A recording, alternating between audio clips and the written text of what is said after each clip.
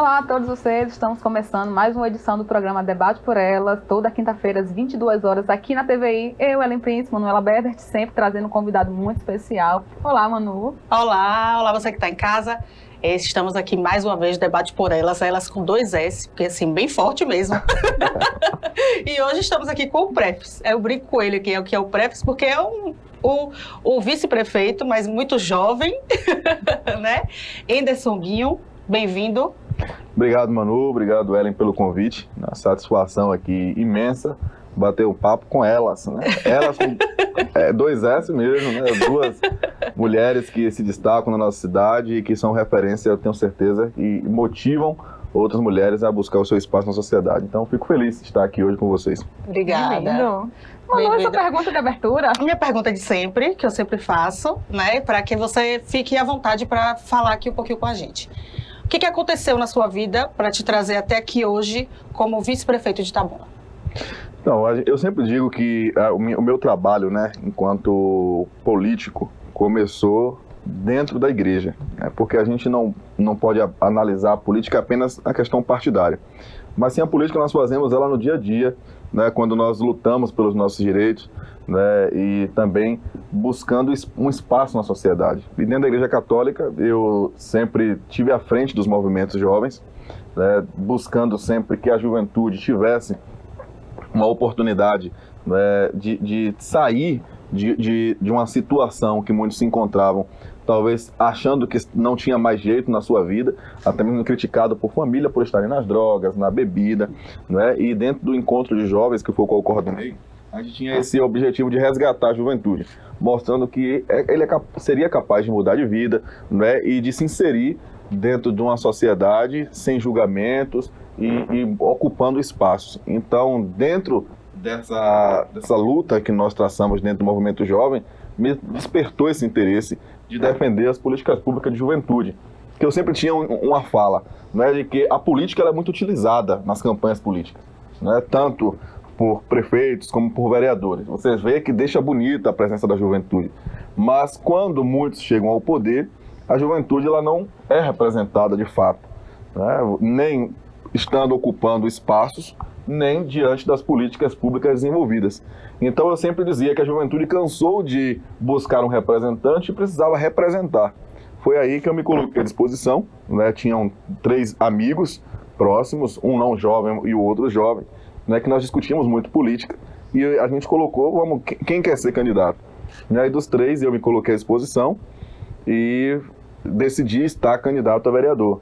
Né, conheci o PDT lá já bem próximo do prazo de filiação, né, que são 6 meses antes da eleição, e escolhi o PDT para ser candidato, porque naquele momento eu acreditava que nós precisávamos de uma renovação política, né, e o candidato do PDT ali representava, dentro dos nomes postos, essa oportunidade de mudança. E lá me filiei ao partido, fui convidado a ser candidato a vereador, aceitei o convite, né, e uma grande surpresa para o partido, para a cidade e para todos, né, mesmo sendo com a menor votação, fui o vereador eleito do PDT, né, com 669 votos. Ninguém conhecia Guinho no mundo da política, né, muitos até erravam meu nome, falavam que era Anderson do Guincho. Eu não sabia disso não. Era porque tinha o trator, tinha a oficina e tinha que ter o guincho, né? Aí chamavam de Anderson do Guincho. E daí, no meu mandato de vereador, a gente começou, Fernando Gomes, prefeito, né, histórico na cidade, na política, 5 mandatos de prefeito, deputado federal. Sim. E assim, quando começou o mandato, eu tinha uma ideia de que Fernando Gomes faria o melhor mandato da história de Itabuna. Sim. Né? Mesmo não tendo uma certa simpatia política por ele, mas eu achava porque assim, ele foi prefeito, fez uma gestão ruim até 2008, né? O povo votou no Novo, né? Em 2012, sim, votou no Novo, querendo uma renovação política. Mas o Novo não atendeu às expectativas do povo. Então o povo trouxe de volta Fernando. Então na minha mente eu falei assim, ó, Fernando vai fazer um mandato espetacular para dizer que ele precisou voltar para ajudar Itabuna a crescer. Né? Então começou ali janeiro, fevereiro, as coisas andavam, mas com um pouco de dificuldade, a gente entendendo o início de gestão. Mas aí já iniciaram os escândalos na saúde, né? A gente viu lá, primeiro o Vitor do Amor saiu da secretaria, deixou uma carta de delação, e aí eu declarei oposição a Fernando logo no início do mandato, em março, abril eu lembro disso aí mesmo. de 2017, e esse foi no início de 2017, né? Declarei oposição a ele, oposição declarada, e aí foi aquela grande surpresa, né? Um jovem de 23 anos entrando na política, se colocar uma Câmara com 18, 19 vereadores da base e 2 apenas da oposição, né? E assim fizemos uma oposição, eu e o vereador Jairo, durante um bom tempo, só nós dois, né? É muito difícil você fazer oposição no colegiado, onde você tem mais de 2/3 sendo base, né, governista. Sim. Mas a gente fez. E isso me deu uma notoriedade na cidade. Tanto que com 2 anos fui candidato a deputado estadual, né, muitos considerando loucura, e fui o 3º mais votado da cidade, né, ficando até com o dobro de votos do candidato do prefeito, né, perdendo para Augusto, que foi o atual prefeito, e Geraldo Simões, ex-prefeito. Então, você teve 18 mil? Eu tive 13.562 votos. Em Itabuna, 8.444. Né? Então, com essa minha votação de deputado, a gente ganhou uma visibilidade em toda a cidade, né? E esse desejo de que nós tínhamos uma nova oportunidade de mudar. Que ali surgiu uma carreira política de verdade, exatamente, e não um mandato exatamente. apenas, né? Então, aí das negociações, né, do bom sentido da palavra, da política, buscando uma conjuntura onde a gente poderia mudar o cenário político, acabei me tornando vice na chapa com Augusto, sendo a chapa vitoriosa, né, com 4 partidos na coligação, e hoje estou aqui, né, como vice-prefeito, o mais jovem da história da cidade. Quantos anos, Gil? 28 agora, né? Fui eleito com 27, dia 9 fiz 28 anos. Gil, você falou um pouco sobre a sua trajetória política, né? Citou um pouco a sua linha do tempo até você chegar onde você chegou, mas deixando um pouco a política de lado e trazendo para o Guinho homem. Quem é esse Guinho? Quem é essa pessoa que somente os seus íntimos, a sua família, os seus amigos conhecem, mas quem está do outro lado não consegue enxergar, não consegue compreender? Quem é essa pessoa, esse ser humano? Ellen, se você fizer uma análise, quem me conhece, né, de muito bem perto, amigos, familiares, vai perceber que esse espírito de liderança, como eu disse, eu com 17 anos coordenava a Diocese de Itabuna, na juventude. Que quando eu falo diocese, é Itabuna. Eu ia te perguntar isso, qual foi a idade da questão da igreja? 17? Com 17 eu coordenava a diocese, né? Comecei antes, acho que com 12 anos era o movimento de acólitos, né?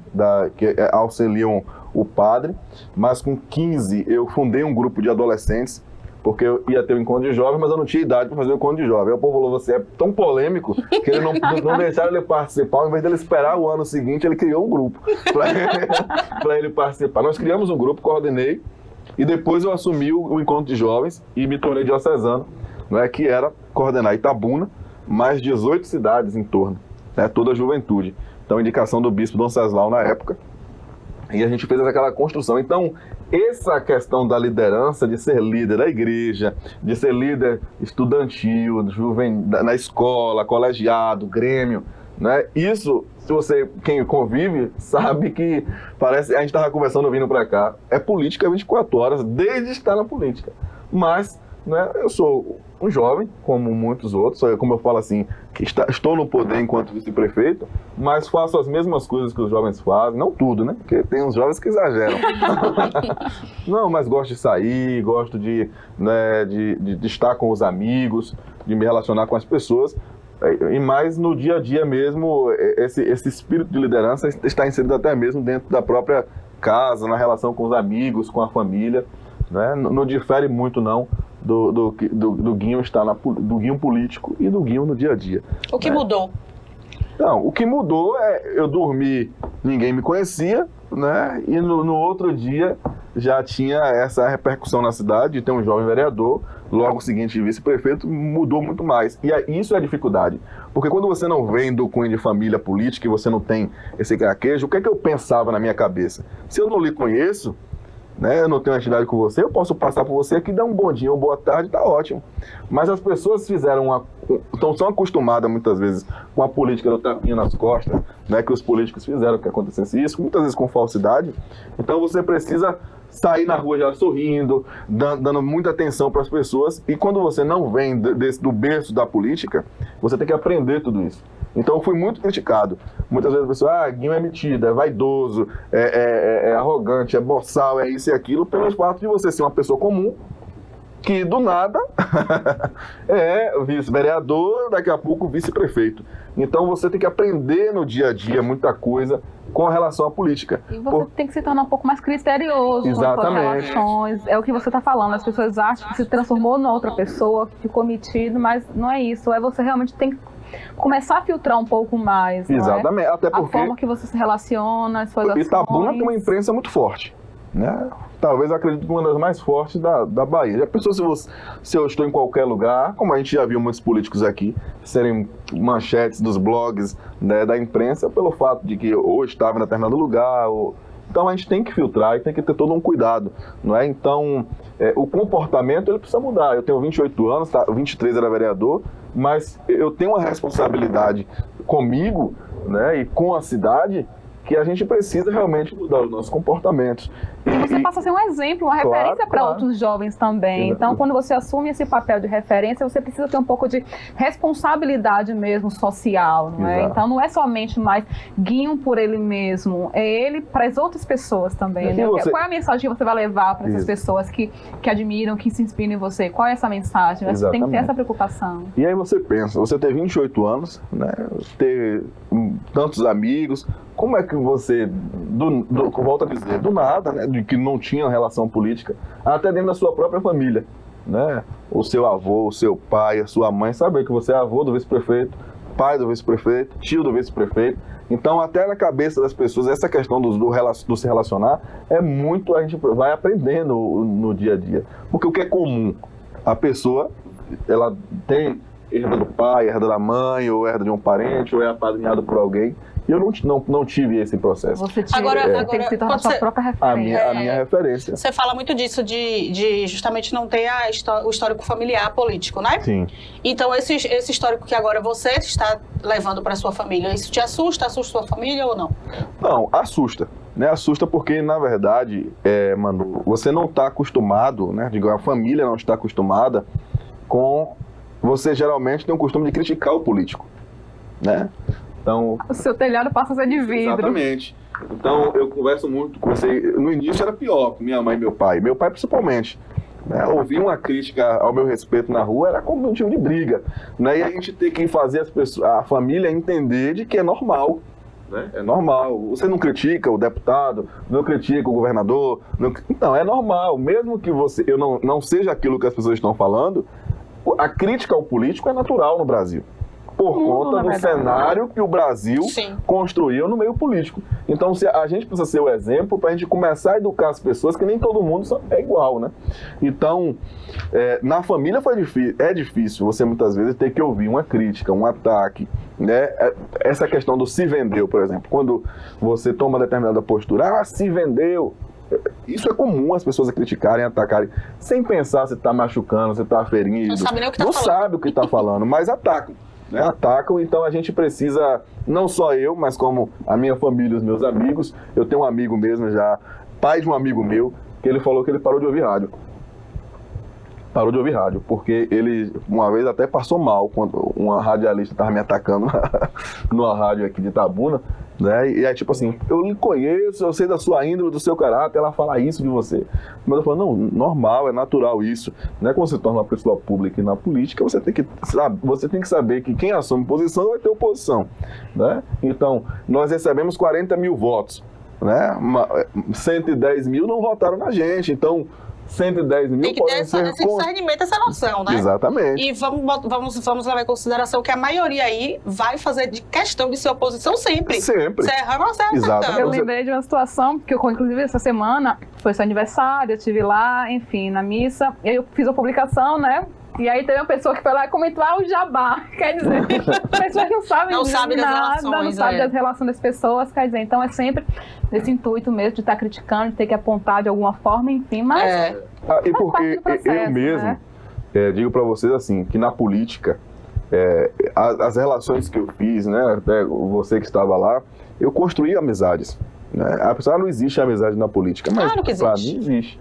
Né? Então, quando eu tenho admiração, como eu falei no início, por vocês duas, né, eu tenho essa amizade, respeito, né, não apenas olho como imprensa, mas sim como uma pessoa que é da minha amizade, tem o meu respeito, né, e a gente vai tendo qualquer tipo de relacionamento.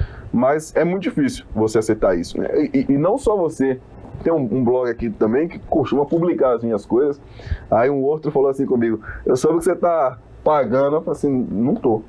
Né? Então você vê que você publicar uma matéria a respeito de uma pessoa, então a gente precisa mudar essa cultura. Então é um aprendizado geral, né? Geral. Nada que a gente faz parece que é o correto, é o bom o suficiente, enfim, fazer intervalo, tá bom?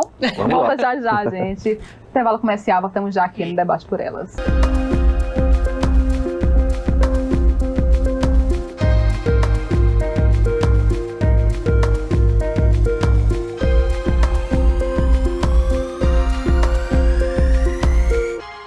Estamos de volta aqui no Debate por Elas com Guinho, que é o vice-prefeito de Itabuna. A gente estava falando aqui de política, da gestão, de como foi a história dele aí, do comecinho, né, até aqui. E ele terminou o primeiro bloco aqui falando sobre um pouco da família também, como é a família entender tudo isso, se assustou, se não assustou, né, Ellen? Guinho, o que é que tira seu sono hoje? Ave Maria. Olha, eu digo para você que enquanto vereador, né, os 4 anos como vereador foi muito difícil. E eu me sentia, assim, às vezes muito pressionado. Mas nada se compara aos 6 meses de gestão. É muito complicado, muito difícil fazer gestão. E, tipo assim, claro que eu estou muito alinhado com o prefeito, né, mas só que eu percebi que, às vezes, eu fico até preocupado de Itabuna virar uma cidade do protesto. Porque toda hora é um protesto. Né? E, assim, a gente precisa ter muito cuidado, muita cautela no momento que nós estamos vivendo. Eu só defendo, claro que com todos os cuidados, né, a gente precisa acelerar a questão do retorno das aulas, por exemplo. Mas tem tido muito protesto, né? Eu tenho sido cobrado, principalmente das mães de escolas privadas, né, pelo retorno das aulas. Também acredito que sim. Né? E acho que é isso que tem que acontecer, mas só que com muito cuidado. Né? Eu fui ontem numa escola aqui do município, pra você ter noção, né? A gestora da escola estava de Covid. Então, a gente está vivendo uma pandemia que, então, a vacinação é extremamente importante, como está sendo feito, e a discussão ela é necessária. Mas eu não estou dizendo que eu sou contrário, né, ao retorno das aulas, sou favorável, mas uma discussão é preciso ser feita. A gente não pode fazer as coisas sem o planejamento. Eu cobrava isso muito da gestão anterior. Né? O planejamento é extremamente necessário para que a gente erre menos, porque vai errar. Sim. Claro. Né? Mas com o planejamento, o erro ele vai ser menor. Então, as consequências também. Então, tudo precisa ser feito com muito planejamento. Então, essa pressão que a gente tem recebido constantemente, e como a gente fez uma campanha muito prefeito e vice juntos, né? Então hoje, eu acho que pela primeira vez na história de Itabuna, tanto que o prefeito é cobrado, eu também sou. Né? Acho que até pelas próprias redes sociais, que aproximou muito as pessoas dos políticos, sim. Então... E assim, é o que eu sempre falo, eu acho que se não existir diálogo, o protesto ele é muito bem válido. Mas quando existe o diálogo, a oportunidade de você sentar à mesa com o gestor, que é algo que está acontecendo, acho que talvez é histórico também isso, na cidade de Itabuna, hoje o prefeito recebe as categorias, o vice-prefeito recebe, os secretários recebem. Então, o diálogo é importante. Eu conversava com a menina, ela fez um vídeo protestando por causa do... Eu respondi ela, eu busquei junto à Imasa, resolvemos o problema da rua. Então, não tinha aquela necessidade dela agredir o prefeito, me agredir a Imasa. Claro que era um serviço que precisa ser executado, mas ela tinha a primeira oportunidade de dialogar. Sim. Né? Então, antes do diálogo, já vai para o ataque, para a ofensa, muitas vezes. Então, eu não sou robô, o prefeito não é robô. Nós somos seres humanos. Então, isso muitas vezes afeta a gente. E como eu volto até para o início da minha fala, né? E como para mim tudo é muito novo, cheguei agora, a gente vai se adaptando com essas coisas, né? Então, eu digo para você, eu fiquei com pressão alta aí as 2 últimas semanas, né? Até também por conta das questões de relação. né? Trabalhar com pessoas é muito difícil, Sim. né? E na política ainda mais. Né? Você vê quantas pessoas tentam jogar o prefeito contra mim e eu contra o prefeito. Como você, Augusto, vocês lidam com isso? Porque o tempo todo, enfim, as pessoas bombardeando, a imprensa também, grupo de WhatsApp que a gente participa, inclusive, são tantos comentários acerca disso. Como é que você, Augusto, administra essas tentativas constantes de estarem bombardeando a relação de vocês? Augusto, ele tem uma experiência muito maior que a minha, né? Ele já foi deputado 2 vezes, né? Agora está prefeito, já trabalhou com política há muito tempo, então ele já está acostumado. Mas eu não. Mas eu e Augusto, nós dialogamos, né, muito. Então, aconteceu alguma coisa, ligo, prefeito, né, essa situação mesmo com relação, eu liguei, conversei, né, e a gente vai trocando, ele, não, fique tranquilo enquanto a isso.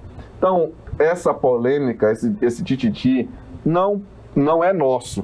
Entendi. Né? Você considera saudável a sua relação com ele? Não, demais. De quem foi a nobre ideia de você assumir a Secretaria de Esportes? Então, desde o início, quando eu tive a primeira conversa com o Augusto em Salvador, né, que a gente definiu o retorno, né, ele me falou assim, Guinho, eu quero recriar a Secretaria de Esportes. Eu falei, prefeito, você quer a Secretaria de Esportes para quê? Para funcionar como sempre foi, né, onde você só dava a secretaria por um acordo de partido. Sim. Ou é para que o esporte ele seja considerado como política pública e a gente tenha ações efetivas que vão influenciar diretamente na vida das pessoas. Na FIC? FIC. Não, eu preciso retornar, vai ter autonomia de gestão, né, vai ter recurso para fazer política pública. Né, eu falei, então, dessa forma, você pode recriar a secretaria. E aí, quando ele definiu, ele me convidou, né? No início, eu falei, rapaz, eu não quero assumir secretaria porque são muitos problemas, né? Eu tenho aqui já a vivência de município mesmo, enquanto vereador, né? Posso auxiliar os demais secretários, posso ajudar o prefeito, e na secretaria eu vou ficar preso como secretário. Mas ele ficou na insistência pelo fato de que, ele falou, nós prometemos muito aos desportistas. Né? A gente criou na cidade uma grande esperança de que o esporte vai voltar, né? De que nós teremos uma ascensão no esporte. E as pessoas veem você, né, como uma referência para isso. Então, eu acho que será uma boa resposta para os desportistas a sua nomeação como secretário de esportes. Daí eu aceitei, né, assumir a secretaria e, graças a Deus, eu tenho tido, assim, claro que as pessoas precisam entender muitas vezes que a coisa pública não é como o privado, né? A gente tem muita burocracia a seguir para que seja feita com lisura, transparência, né, e seriedade. Mas a gente tem tentado ao máximo fazer muito pelo esporte e o prefeito tem nos dado condição, né? Juntamente com as demais secretarias, porque sozinho a gente não tem como. Não faz. Né? Eu preciso da infraestrutura, preciso da saúde e a gente tem tido todo esse suporte para fazer o nosso trabalho à frente do esporte. Sabendo que a pandemia trava a cultura, trava o esporte, porque a gente precisava dos eventos, a gente precisava, né, das atividades com contato com a presença do público, principalmente o Interbairros, que é o carro-chefe da nossa secretaria, mas aquilo que está ao nosso alcance, na recuperação dos espaços, né, nas ações a serem desenvolvidas, no apoio ao time profissional que vai disputar o Campeonato Baiano, né, isso tudo a gente tem conseguido fazer, Manu, e graças a Deus a gente tem até sido procurado por gestores de outras cidades, né, buscando conhecer as ações que a gente tem tomado, para que a gente possa valorizar quanto mais o esporte em todas as categorias, né, tirando aquela ideia de que é a Secretaria do Futebol, a Secretaria de Esportes, atendendo o vôlei, o basquete, o handebol, natação, todos, né, sem nenhuma distinção. Já é. Você que vem dessa criação, da sua vivência dentro da Igreja Católica, enfim, que é uma visão, né, de mundo um pouco conservadora, só que o mundo está em evolução, o mundo está mudando, as pessoas estão abrindo a mente para muitas coisas, e a gente vive uma era hoje, né, da questão das mulheres, como você mesmo pontuou, enfim, um pouco antes. E aí eu te pergunto, como é que você lida, como é que você enxerga essa evolução das mulheres, enfim, e trazendo para a pergunta, você se considera machista ou uma pessoa que acompanha essa mudança, essa transformação que o mundo vive dentro desse aspecto? Ellen, a Igreja Católica, né, que tem o seu líder maior aqui na Terra, que é o Papa, né, que é um padre, um bispo eleito para comandar a Igreja e a cidade do Vaticano, né? O Papa Francisco, ele tem muita postura e falas que responde perfeitamente à nossa ideia, né, daquilo que até mesmo você está nos perguntando agora. O Papa mesmo disse que a igreja precisava acompanhar os tempos. Aí a gente fala, até brinca com alguns tradicionais, né, que defendem ainda isso. Se hoje a gente tivesse ainda toda a igreja no Brasil, no mundo, rezando de costa em latim, né, como é que será que a gente teria uma força assim? Claro que teria, mas com a presença, por exemplo, da juventude, de pessoas ativamente na igreja, talvez não. Então, a igreja ela vai acompanhando os tempos, né? Nós temos um Papa que fala até em ordenação de mulheres para cardeal, né? Então, esse acompanhamento e essa evolução do tempo é necessária. E eu sou um grande defensor, na política e na vida, né, da participação das mulheres. Porque a gente tem, infelizmente, né, embora a maioria dos eleitores sejam do sexo feminino, mas na representatividade é raro. Itabuna nunca teve uma prefeita mulher eleita. Itabuna sempre elege uma, duas, no máximo, vereadoras. Se você contar no dedo, você consegue contar no dedo a quantidade de mulheres vereadoras desde o início da criação do Legislativo Municipal itabunense. Sim. Né? Então você consegue contar nos dedos. Então é muito pouco a participação das mulheres. Então eu, pessoalmente, enquanto pessoa, enquanto político, né, sou defensor, né, dos direitos das mulheres e da participação da mulher, né, em todas as esferas, em todas as representações do município, do estado e da nação. E para que isso aconteça, a gente precisa que mulheres como vocês duas, né, precisam cada vez mais estarem ocupando esses espaços e sendo vistas. Porque até na política, né, eu volto a falar mais uma vez o que eu disse no início, até na política, são raras as exceções das mulheres que chegam ao poder por elas. Né? Agora do nosso bate-papo, por elas. Geralmente é herança de alguém, filha de alguém, né, sobrinha de alguém que colocou, prefeitas, muitas vezes, o marido é inelegível, bota a mulher para ser candidata. Então, a gente precisa ter realmente mulheres empoderadas, mulheres que cheguem ao poder através das suas ações, através do seu espaço ocupado, e também daquilo que ela desenvolveu, né, enquanto profissional, enquanto mulher mesmo. E Itabuna tem muita mulher que tem se destacado, e a exemplo disso é a Altaciana Pinto, né, uma sessão especial da Câmara que homenageia todos os anos mulheres que se destacam, e quantas já foram, né, que são realmente referência para tanto Itabuna como para o Brasil. Você falou aí das mulheres, aí eu lembrei de Charliane, que vocês fizeram oposição ao governo quando vocês eram vereadores, e eu queria te fazer outra pergunta que não tem a ver com a mulher. Mas os vereadores daquela época, você era oposição, o mais jovem, oposição ao governo, e como é que era já a relação? E hoje, alguns vereadores se tornaram seus amigos ou não? Como é que foi isso de lá para cá, essa mudança? Houve mudança, não houve? Hoje, assim, a gente mantém uma certa amizade, né? O contato é bem menor. Na verdade, não existia muito contato fora do trabalho da Câmara. Sim. Né? Aqueles que a gente construiu uma amizade, claro que a gente ainda mantém, né? Eu tenho muita amizade com o Babá, com o Chico, né? Os vereadores da oposição, nós éramos bem mais próximos. Os da situação, tínhamos uma relação ali, plenário e tal, outros também que era a situação, mas a gente tinha uma certa amizade, como Beto Dourado, né, Ricardo Xavier, a gente mantém uma certa relação, né, e dentro da Câmara, sempre, mesmo sendo oposição, como sendo situação, nós mantínhamos o respeito, né, por aquela ideia de que as ideias vão conflitar, mas as pessoas não, né, então a gente tem que manter o respeito acima de tudo. E dentro da Câmara, Charliane era a única mulher, né, ela sempre diz que, quando ela é entrevistada, né, que ela fala das dificuldades. Claro que só vocês, mulheres, sabem Sim. quando passam por qualquer tipo de dificuldade com o machismo ou qualquer tipo de preconceito. Né? Mas eu, enquanto vereador naquela situação, eu acredito que a Câmara valorizou muito a figura de Charliane. Né? Nós elegemos ela primeira secretária, que é o segundo cargo mais importante da Câmara. Nós elegemos ela vice-presidente da Câmara. Né? Nós demos a ela o privilégio de colocar no regimento interno, né, da nossa casa, a criação da Comissão da Mulher, a qual ela foi eleita também presidente dessa comissão, né? O vereador, se não me engano, Zico, indicou e nós aprovamos a Otaciana Pinto para ela.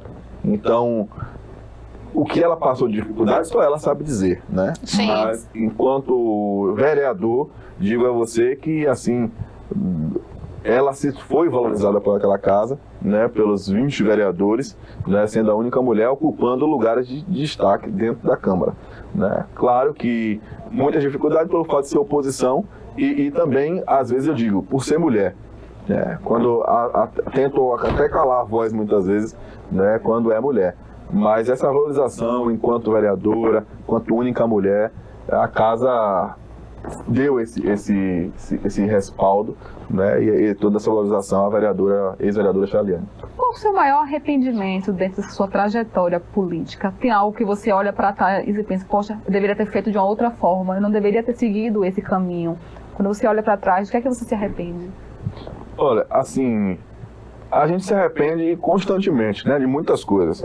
Mas em 2018, eu me arrependo de não ter rompido com o meu partido, né? De ter feito uma campanha rompido mesmo, porque às vezes a gente pensa muito na pessoa, né? Pensa na situação, mas não é recíproco e você acaba sendo prejudicado, né? Claro que a gente tem que fazer o bem sempre para todo mundo, independente daqueles que te amam ou que te odeiam. Mas na questão política você precisa tomar certas decisões com urgência. Não dá para você esperar ou ficar muitas vezes pensando no que pode acontecer, né? E ali eu acabei sendo prejudicado pelo fato de que fiquei preso, não pude me articular, por exemplo, porque o deputado estadual teria que dobrar mesmo abertamente com um federal, e eu acabei ficando impedido por uma questão partidária, né? E acabei que fui até expulso do partido, né? Foi o resultado. E se eu tivesse tomado uma postura antes tinha evitado, né? Tinha evitado. Então, acredito que esse foi o meu maior arrependimento na política. Na política. Né? Mas aí na vida vai acontecendo tanta coisa. Mas acredito que cada passo nosso, né? Oziel disse que eu tenho muito tempo para errar por causa da minha idade. Mas eu falei que eu tento errar o mínimo, né? Porque tem uma frase de Juscelino Kubitschek que eu gosto muito, né?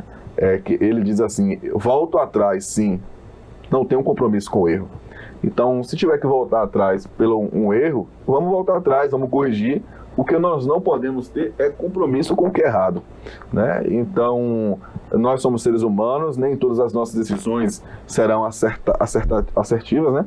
Mas a gente vai tentando ao máximo fazer as coisas certas no que se diz respeito a decisões, né? No que é a questão pública, certo sempre, né? Sem dar qualquer tipo de brecha para queimar o nosso discurso, porque é o que a gente tem de mais valioso, é que eu tenho muita tranquilidade, durmo e acordo todos os dias sabendo de que tenho feito uma política diferente que o Brasil merece ter, né, com respeito e zelo ao dinheiro público, né, e com aquelas pessoas que acreditam no político quando vai à urna votar, né, e depositar o seu voto de confiança.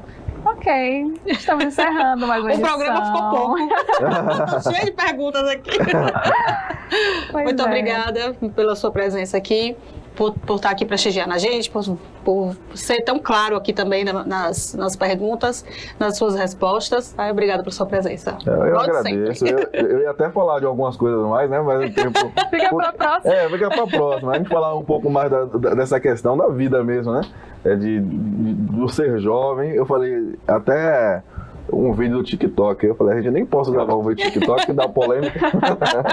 Mas eu quero agradecer pela oportunidade de estar aqui com vocês. Né? Para mim é um motivo de muito orgulho, né? De ter Manuela e Ellen, né? Duas mulheres que se destacam aqui na cidade de Itabuna, duas loiras, mas que realmente são um grande exemplo. E Manu já tive a oportunidade de homenagear na Câmara como jovem destaque. Ellen não tive a oportunidade, mas digo para você que se fosse vereador e pudesse, estaria homenageando.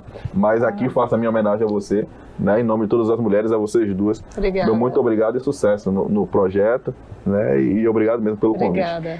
Ok, Guinho, obrigado, viu, de coração pela presença. Manu, minha querida, obrigada mais uma vez. Até semana que vem. Você de casa, muito obrigada pela audiência. Até semana que vem aqui no Debate por Elas.